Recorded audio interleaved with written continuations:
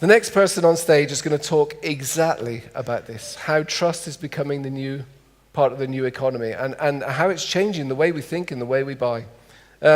She's just brought a great book out, which I've brought with me. I read the first 20 pages on the plane coming up to Ålesund. It really engaged me, and I'm not just saying it really got me, so I'm going to get a little signing after, if that's okay, yes?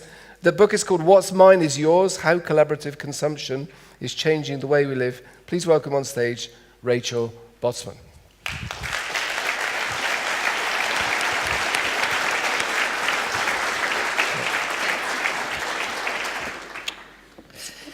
So it's fantastic to be here this morning. This is, in fact, my first trip to Norway. And I'm really excited to share with you this morning my ideas around how trust is changing different sectors, from the hospitality industry to taxis, all the way through to banking. And my work doesn't really focus on the technology per se, it's more about how it's changing human behavior. So I'd like to start by getting a feel for how many of you may already be using some of the services that I'm going to talk about today. So could you raise your hand if you are a host or a guest on Airbnb? So about 30 people. Has anyone used TaskRabbit? Does anyone know what TaskRabbit is? Okay, one person. Has anyone used a peer-to-peer lending platform? So where you borrow or lend money directly from one another. That could be Zopa, it could be Lending Club, or another local alternative. Nobody. Is anyone an Uber driver? Zero. All right, okay, so never mind. These are all part of this new economy that I'm going to talk about, and it links really well to some of the things that we've heard this morning, because some of these startups have appeared very fast and are disrupting businesses and worrying leaders in those businesses in ways that they never expected. So let me start by sharing a story with you. And the reason why I love this story is because it's about a company, a French company, with a ridiculous name, BlaBlaCar, and it's based on an idea that seems completely crazy. Now, here you can see the founders of BlaBlaCar, and the gentleman in the middle is a guy called Frederick.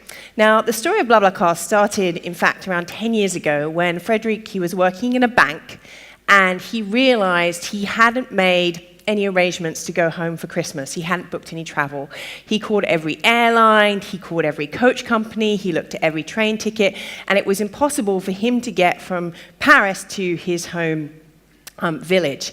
So he called up his sister and said, I need to ask you a really big favor, can you come and pick me up? And this actually required a 140-kilometer detour.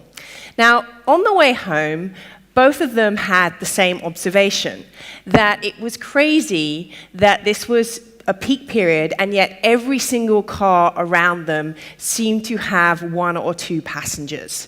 And this is in fact the case. If you look at the statistics, 80% of all car rides taken are solo rides. So Frederic, being a banker, started to think of these seats as assets. And he asked himself a pretty simple question, which is often what you see from entrepreneurs in this space, which is how can we create more value from existing assets? How could we actually create value from those empty seats? Now, what Frederic was seeing was this core concept in my work, which I call idling capacity. And what idling capacity is the untapped social and economic value of underutilized assets. Those assets can be money, they can be spaces, they can be physical stuff from power drills to cars, they can be human potential. They can be people's skills, times, and talents.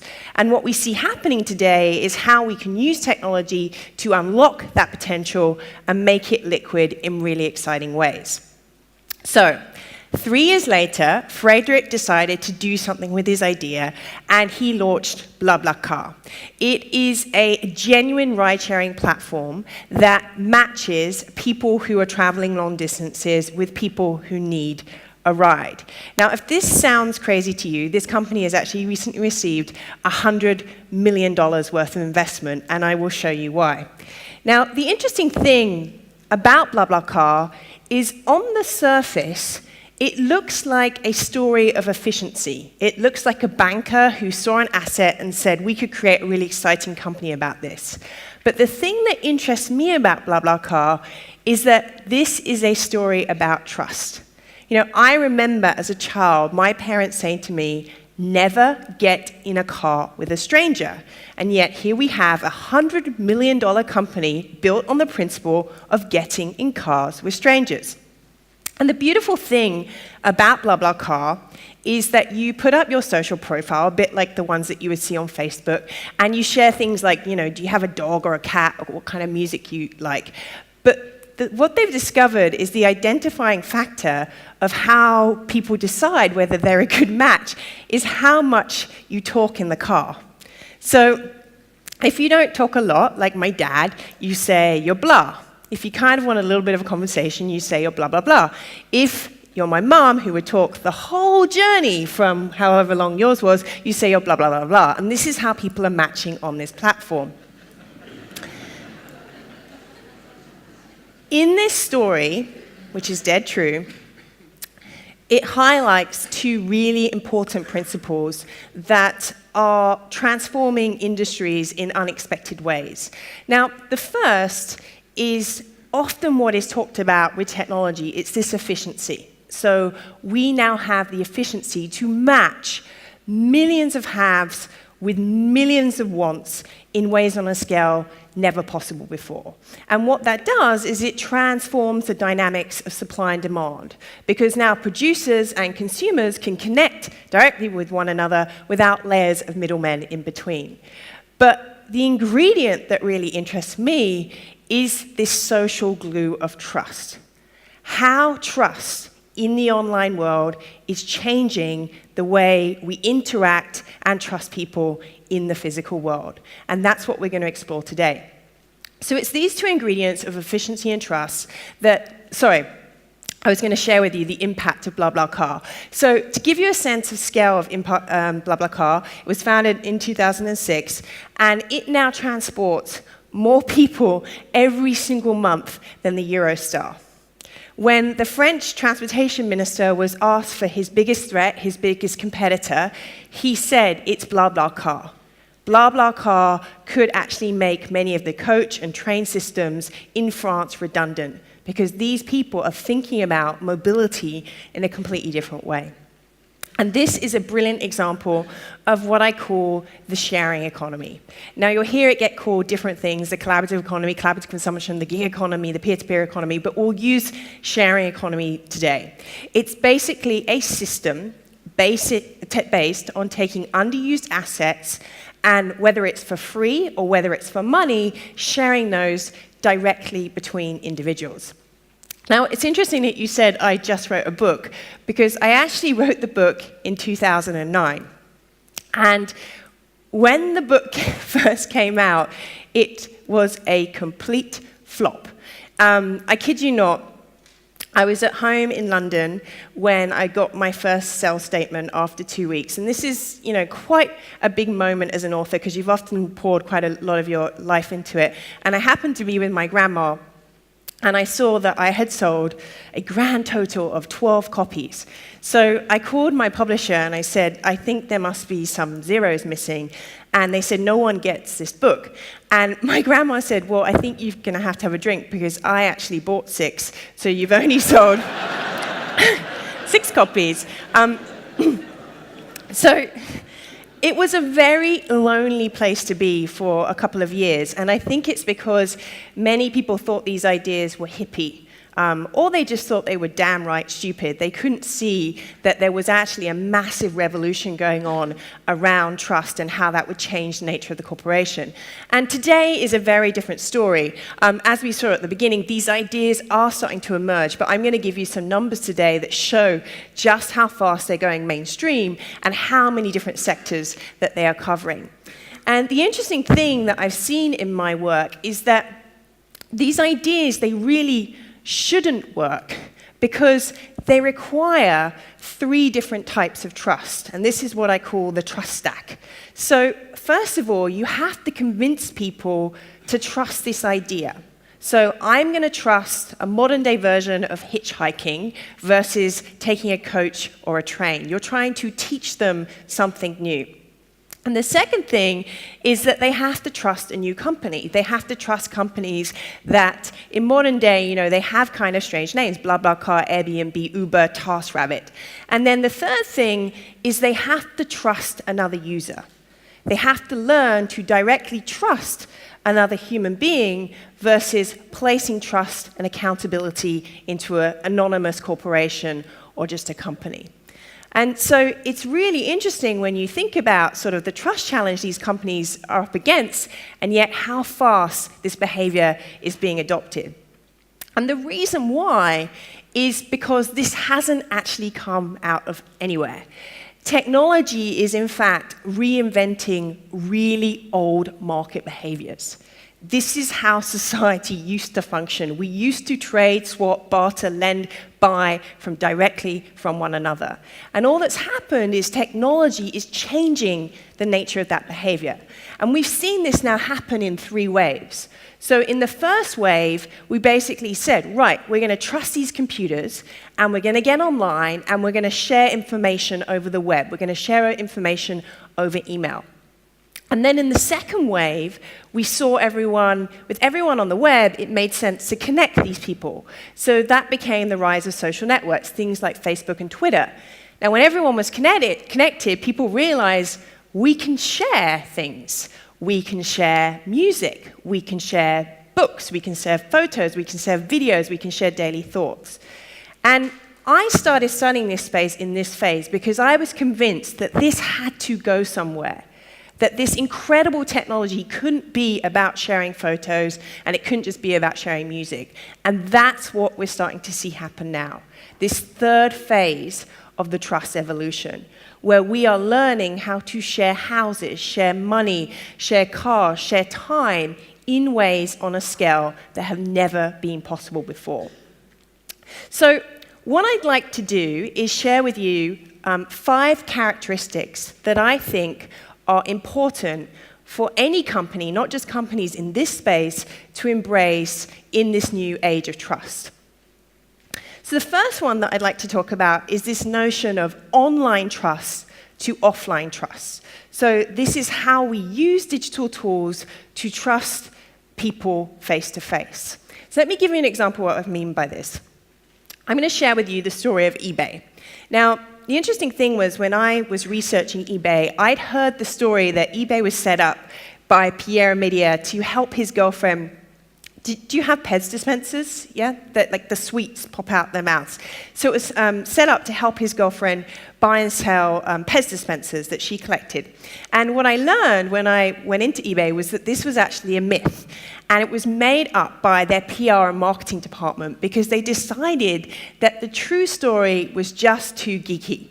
And the true story goes like this. Pierre Midia, as an experiment, decided to put this broken laser pointer up for auction on his website. And he did it as a test to see if there was anyone in the world who would want a broken laser pointer. Now, even he was amazed that within 24 hours, he received a bid for $13.83. So he emailed this guy and he said, "You do realize that this laser pointer is broken?" And the guy wrote back, "I'm a collector of broken laser pointers."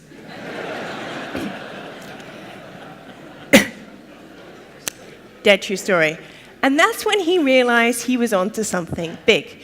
Now, the interesting thing about eBay you can think of as kind of the godfather of these ideas because it is based on efficiency and trust, but it's a very different dynamic.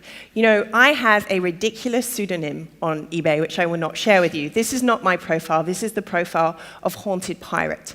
On eBay, you can be anonymous. You can be someone else. And there's a very different trust involved when you're just transacting online.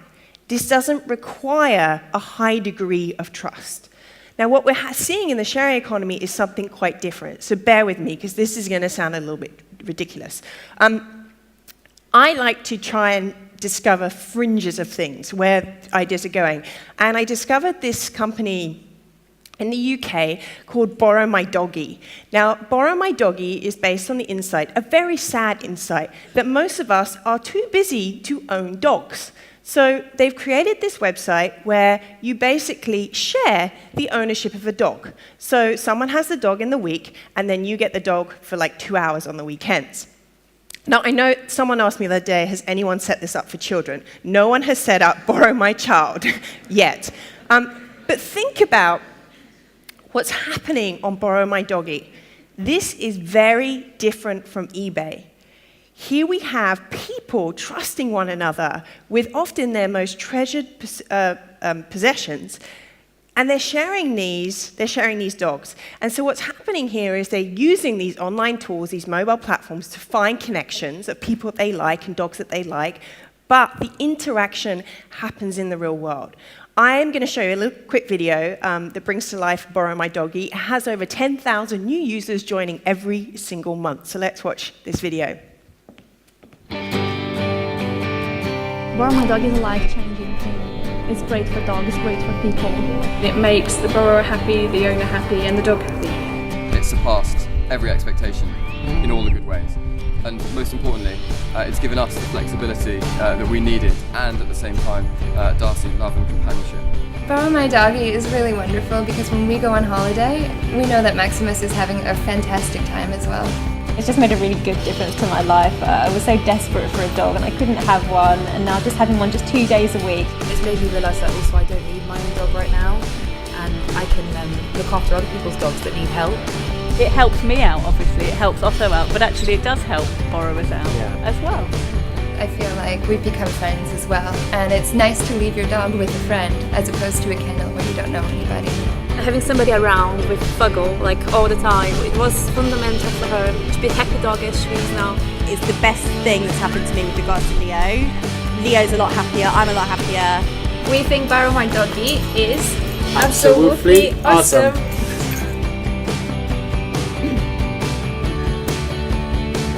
So, I've never seen that end. Put your paw on the bone below and sniff around all our waggy tails, which is kind of strange. But anyway, if we go on to the next slide, that would be great. So this isn't a made-up company. This is real. And what's important here is the principle, and this is really important for companies to start thinking about. There is so much focus in companies around social media, around online interactions. But what you see is really important is this seamless integration of online and offline. And forget Borrow My Doggy, it's that larger principle that so many companies are going to have to play. And how do we use these these online tools to change trust and the way we interact in the physical world? Let me move on to sort of the second trust dynamic, the second ingredient that you see these companies get right. And this is this notion of not building a marketplace of transactions, but building real communities built on meaningful relationships. So for this, I'm going to share with you the story of Airbnb, because this company has very personal resonance to me. This is Brian, Joe, and Nate when I met them in 2007.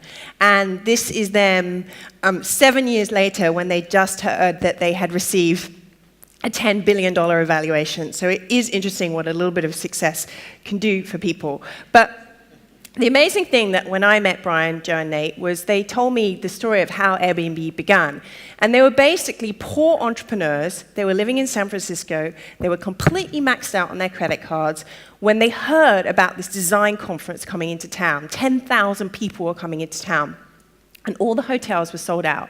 So Brian said to Joe, what happens if we bought these air mattresses, blew them up, and offered them for rent on the conference website, and we'll even throw in breakfast. And even they were amazed that within 1 hour, 4 very different people from all around the world had reserved these air mattresses. So it sparked this idea of, could they make it as easy to book someone's house or a room in someone's house as easy as booking a hotel? And this was how Airbnb was born. Now, I remember meeting these guys, and I came back. And I should say, my husband is a barrister, and my father is a accountant, so I have two very conservative lenses in my life. And I said to them, I think I've just met the next eBay. I think this business is going to be huge. And I told them the story and I showed them the pictures, and they said, that is the worst idea ever. And the reason why they said it was the worst idea ever was actually really important. First of all, they were judging that idea on what it was then, not what it would become. So they were judging it based on 3 guys renting out an air mattress. But the second thing was actually why most investors passed on Airbnb, and that's because they said, this isn't like eBay. This is trusting strangers to let them stay in your homes. Well, my husband and my dad were very wrong, because today Airbnb is now a marketplace that matches people looking for places to stay with people who want places to rent. And the amazing thing about it is that the places being offered are things that you would expect.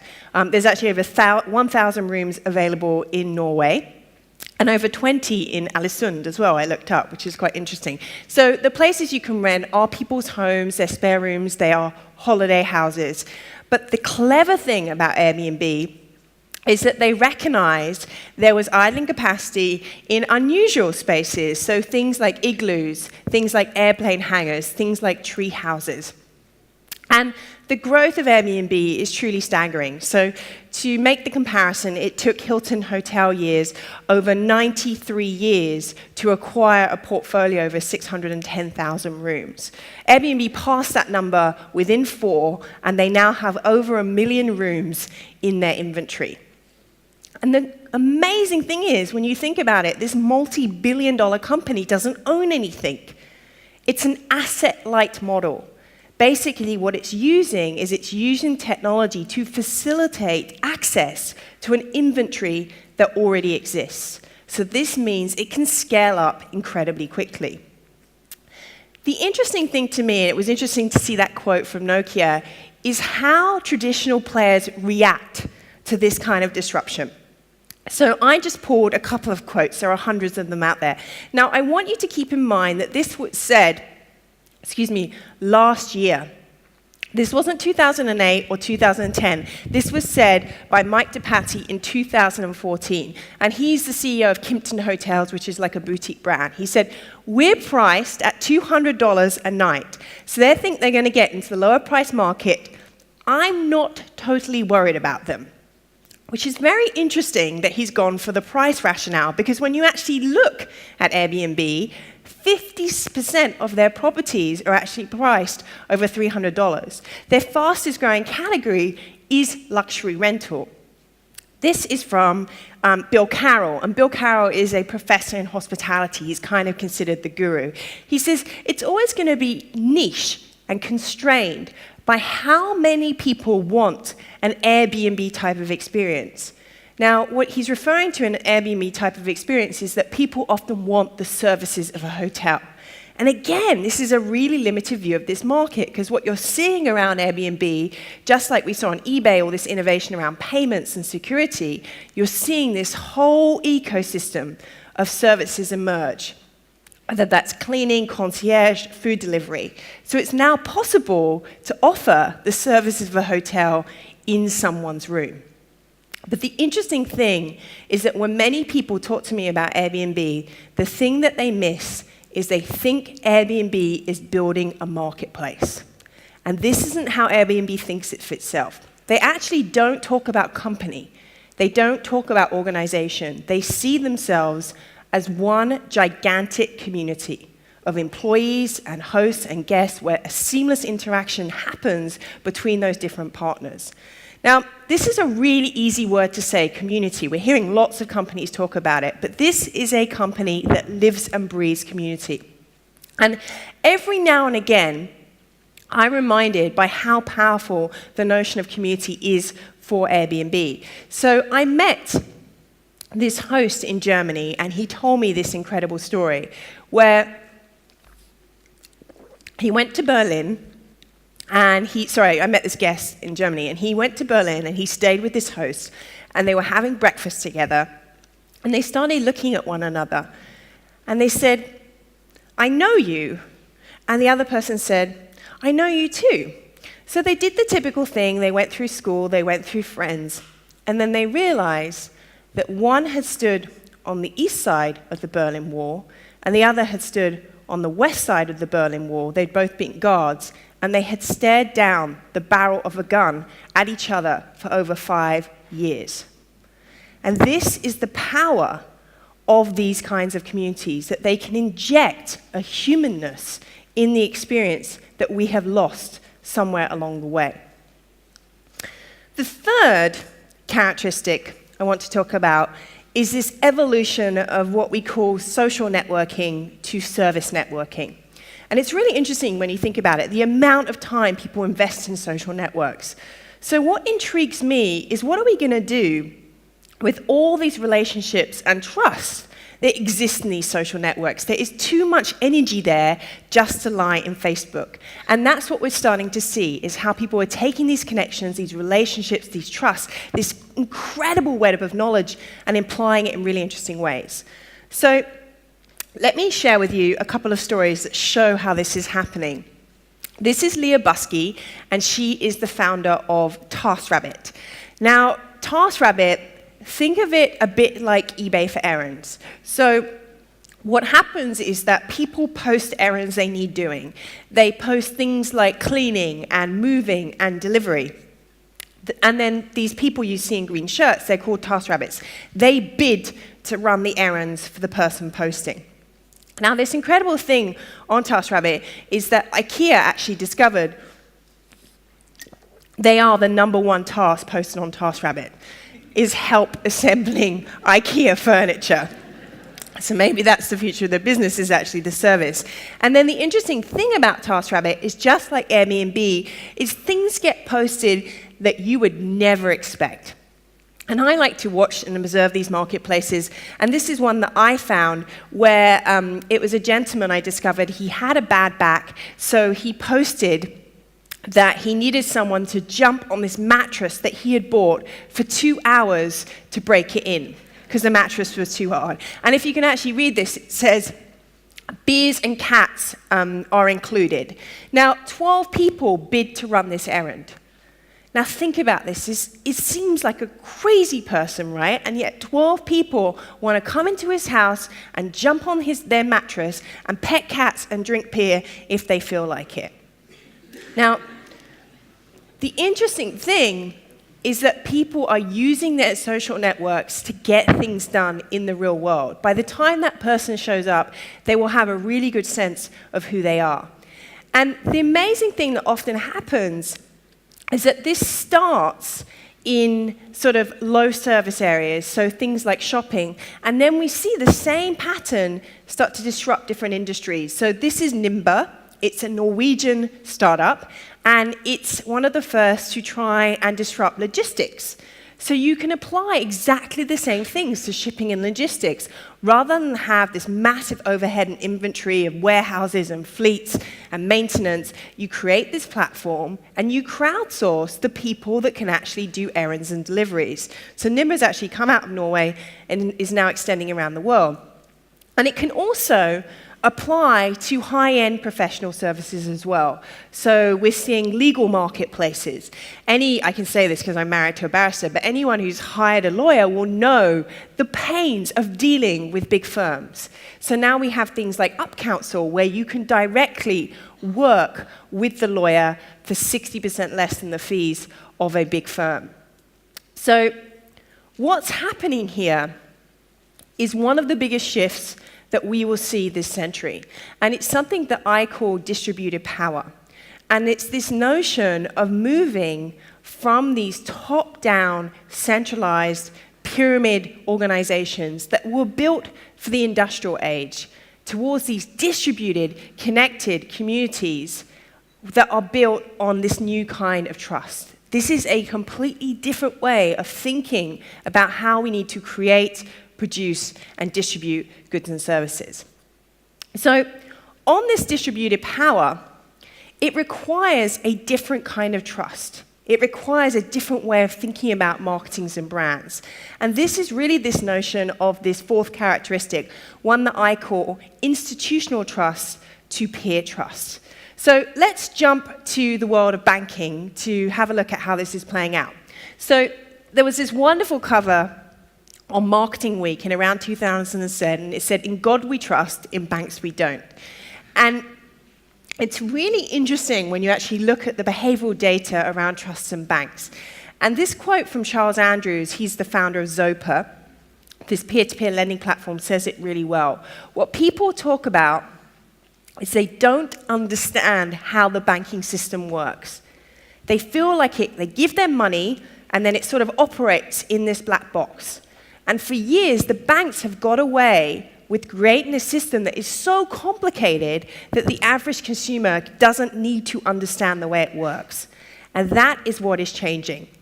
So let me give you two of my favorite examples from the world of banking. The first is peer-to-peer currency transfer. So I don't know how many of you transfer money or exchange money, but it is unnecessarily complicated and a very expensive process. So this company was actually founded by some of the founders of Skype that said, perhaps we can actually apply some of this peer-to-peer thinking to the way they transfer money. So I'm going to show you a quick video that explains how it works. Because basically, say I needed euros, and this gentleman here needed pounds, we would be directly matched, completely bypassing the banks altogether. So let's watch a video to show how TransferWise works. Banks take a massive £50 out of every 1,000 you transfer abroad. Why? They convert your money using an unfair exchange rate that suits them, not you, and they charge a huge fee to transfer it. TransferWise is a far better alternative. We use real exchange rates called the mid-market rate. You won't ever get this rate in your bank. Your money is guaranteed to arrive on time, safely, and the transfer costs you next to nothing. So how can we do this? We swap money directly between people and businesses who need different currencies. We pay out using local accounts, avoiding bank fees completely. There are 3 simple steps to each transfer. Enter how much you want to send and where to. Deposit your money in our local account. We make the exchange and pay straight into the recipient's bank. Our secure payment system is fully regulated by the FSA and will save you money every time. Sorry, banks. I don't think they're really sorry. They've done over $1 billion of transfers in the first year alone. And the interesting thing is they've just taken $20 million of investment from Peter Thiel, who co-founded PayPal, and Richard Branson. And they are spending all of that money on marketing, because they say their biggest competitor is consumer ignorance. So these are just some photos I took of some campaigns that they're running. And they take this so seriously, this notion of transparency, that they said to me, "Oh, we're doing this thing outside the Bank of England. Do you want to come along? The only requirement is you're going to have to take your clothes off, so make sure you wear nice underwear." I was actually 6 months pregnant at the time, so I did not think this is what anyone wanted to see. But you can see that they take this really seriously. So the 2 guys in pink in the middle are actually the founders. And on their chests it says, "Nothing to hide." This is the essence of their company. They have nothing to hide to their end customers. And if you look at all their brand and marketing, it's really interesting. It's all about being this antithesis of institutional trust. That they aren't about skyscrapers and about suits. All they are there is for the real person, for the customer. And this dynamic, this shift from institutional trust to peer trust, is upending many different parts of the financial services system. Just to give you another quick one, massively going in personal loans. So this is like eBay for money. It matches people with money to lend with people who want money to borrow. Now, the interesting thing to me is when you look at the research as to why people are going to personal loans, yes, they talk about a faster approval process. They talk about better interest rates. But it's the last one that I find really interesting. They talk about making banking human again. And the interesting thing is that when this humanness is injected back into the experience, back into the industry, it changes behavior. So think about loans. The average default rate on credit cards is around 8%. On a traditional bank loan, it's 4%. On a peer-to-peer loan, it's less than 0.49%. Because what people say is when we lend money directly to one another, I feel accountable to you. I trust you more than a big bank. And this is going to be a massive challenge for big brands, is how they move from a world built on institutional trust to a world built on peer trust. So let me end by sharing with you sort of the transition that I'm going to say up front is probably the most confrontational and is probably the most frightening to people. And it's this transition from people reviewing companies to you being reviewed and having a reputation. So think of the first wave of this. This was in things like Yelp, where groups of people would come on, the example here is TripAdvisor, and you would crowd reviews, right? You would say what you think of that hotel or that restaurant.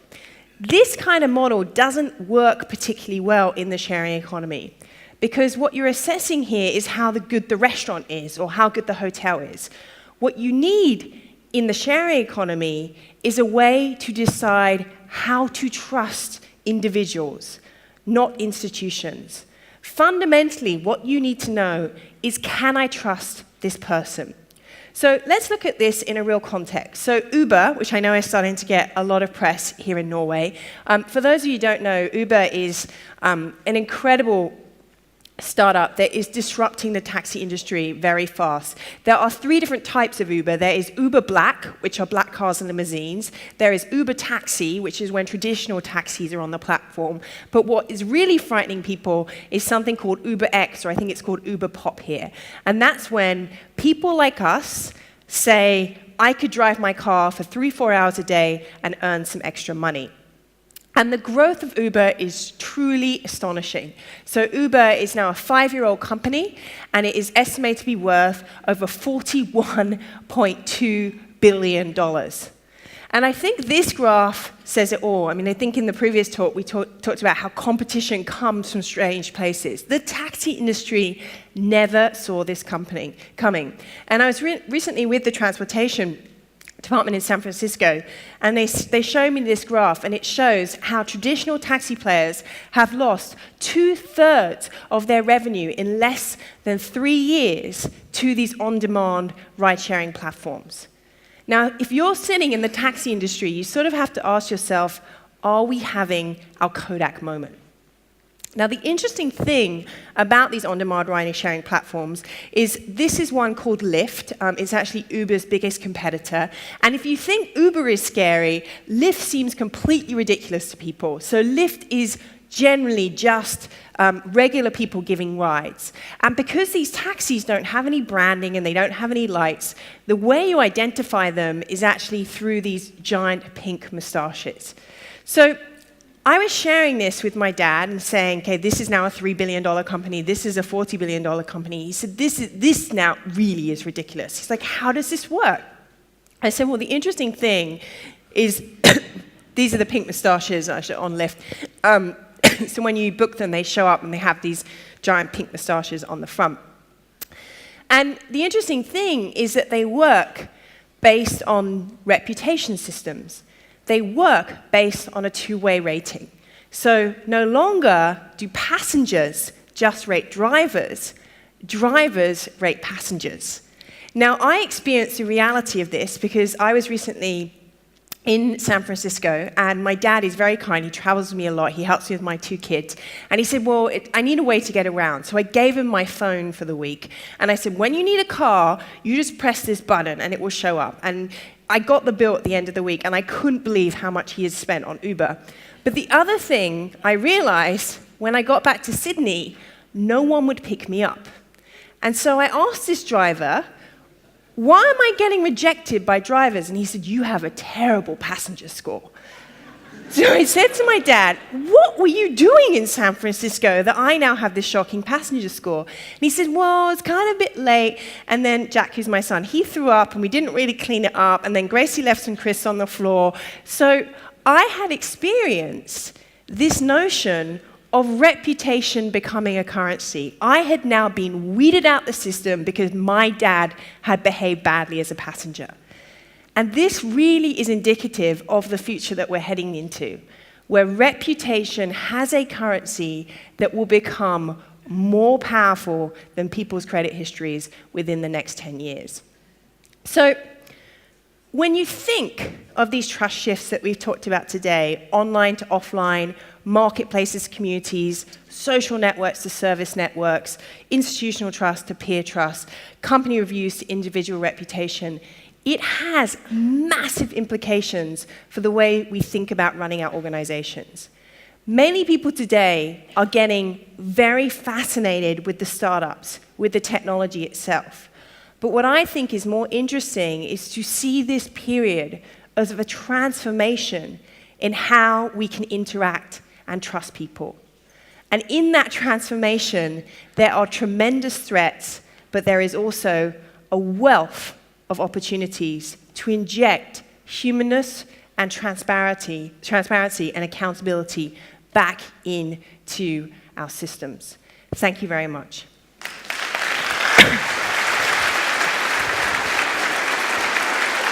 Take some questions. Sure.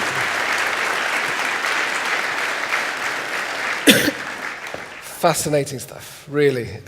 Questions from the floor. I'm pretty sure, here we go, straight away, in the middle here. Just waiting for a microphone. Just coming now.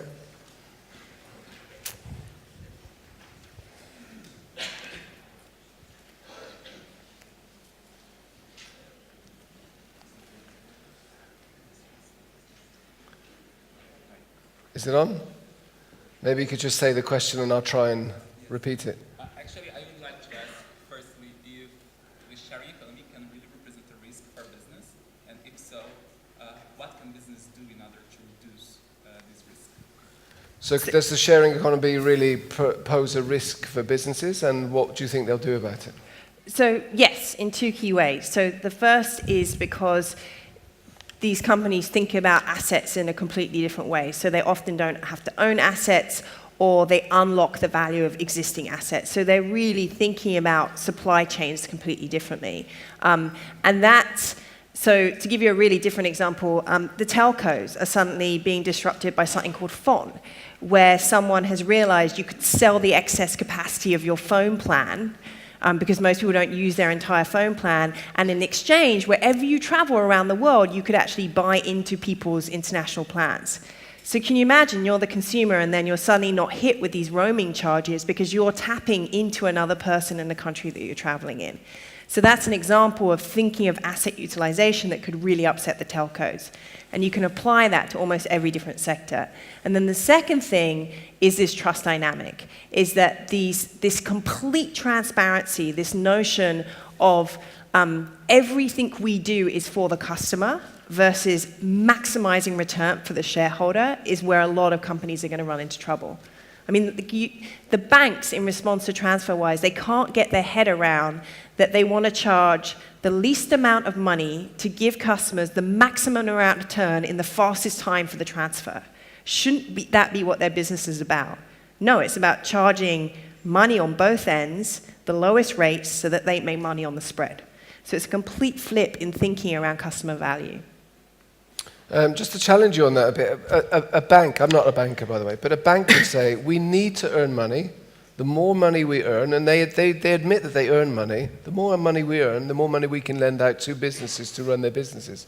What you're also suggesting is, are you saying the banks are just, what if the banks disappear? Well, it's interesting you say that. So Andy Haldane, he's head of the Bank of England, and he's been really challenged on this. And he actually believes that in time, peer-to-peer lending will completely replace the high street banks. And so he often gets challenged on that, saying, well, what about liquidity? What about how do you finance these things? And what you see, it's like anything, something gets destroyed and then a new source of value pops up. So in small businesses, it's now only around 3 to 4% of loans, but that's still pretty significant in 5 years, is crowdfunding around equity. So my mum, she recently took a loan out from Funding Circle, and rather than taking £30,000 from Barclays, she took money from 8 people who crowdfunded her business. Great.